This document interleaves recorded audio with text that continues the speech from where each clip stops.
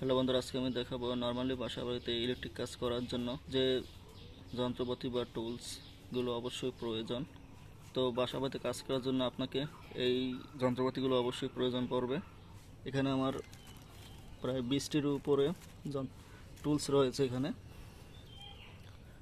তো আপনারা এটিও সাথে রাখতে পারেন।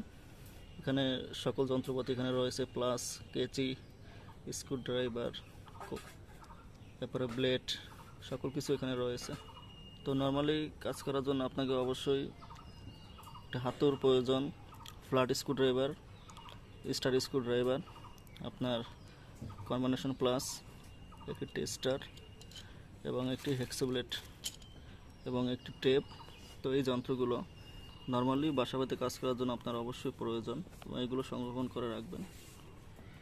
এছাড়া বড় বড় কাজ করার জন্য আরও বেশ কিছু যন্ত্রপাতি প্রয়োজন, তো সেগুলো নিয়ে পরবর্তীতে আলোচনা করব।